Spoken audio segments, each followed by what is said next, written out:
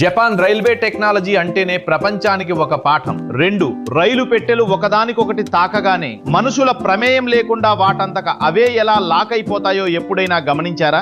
Japan వాడుతున్న automatic coupling technology వల్ల వర్కర్లకు ప్రమాదాలు తగ్గుతాయి మరియు సమయం కూడా ఆదా అవుతుంది. సాధారణ రైలు పట్టాల కింద చిన్న చిన్న రాళ్లు ఉండడం మనం చూస్తుంటాం. ఇవి తక్కువ ఖర్చుతో కూడుకున్నవి. కానీ 300 కిలోమీటర్ల కంటే ఎక్కువ వేగంతో వెళ్లే బుల్లెట్ ట్రైన్ల పట్టాల కింద మాత్రం కేవలం కాంక్రీట్ స్లాబ్స్ మాత్రమే ఉంటాయి. ఎందుకో తెలుసా? ట్రైన్ అతి వేగంగా వెళ్తున్నప్పుడు పట్టాల కింద ఉండే వదులుగా ఉన్న రాళ్లు విపరీతంగా కంపించి గాలిలోకి బుల్లెట్లలా ఎగిరి పడతాయి. దీనివల్ల రైలు బాడీ దెబ్బతినవచ్చు. పట్టాలు పక్కకు జరిగే ప్రమాదం ఉంది. కింద ఉన్న మిషనరీ పాడైపోయి పెద్ద ప్రమాదాలకు దారి తీయవచ్చు. అందుకే హై స్పీడ్ ట్రైన్ల కోసం ప్రీకాస్ట్ కాంక్రీట్ స్లాబ్ ట్రాక్స్ ను వాడుతారు. అతి వేగంలో కూడా పట్టాలు కదలకుండా స్థిరంగా ఉంటాయి. ఇవి చాలా కాలం మన్నుతాయి మరియు మెయింటెనెన్స్ తక్కువ.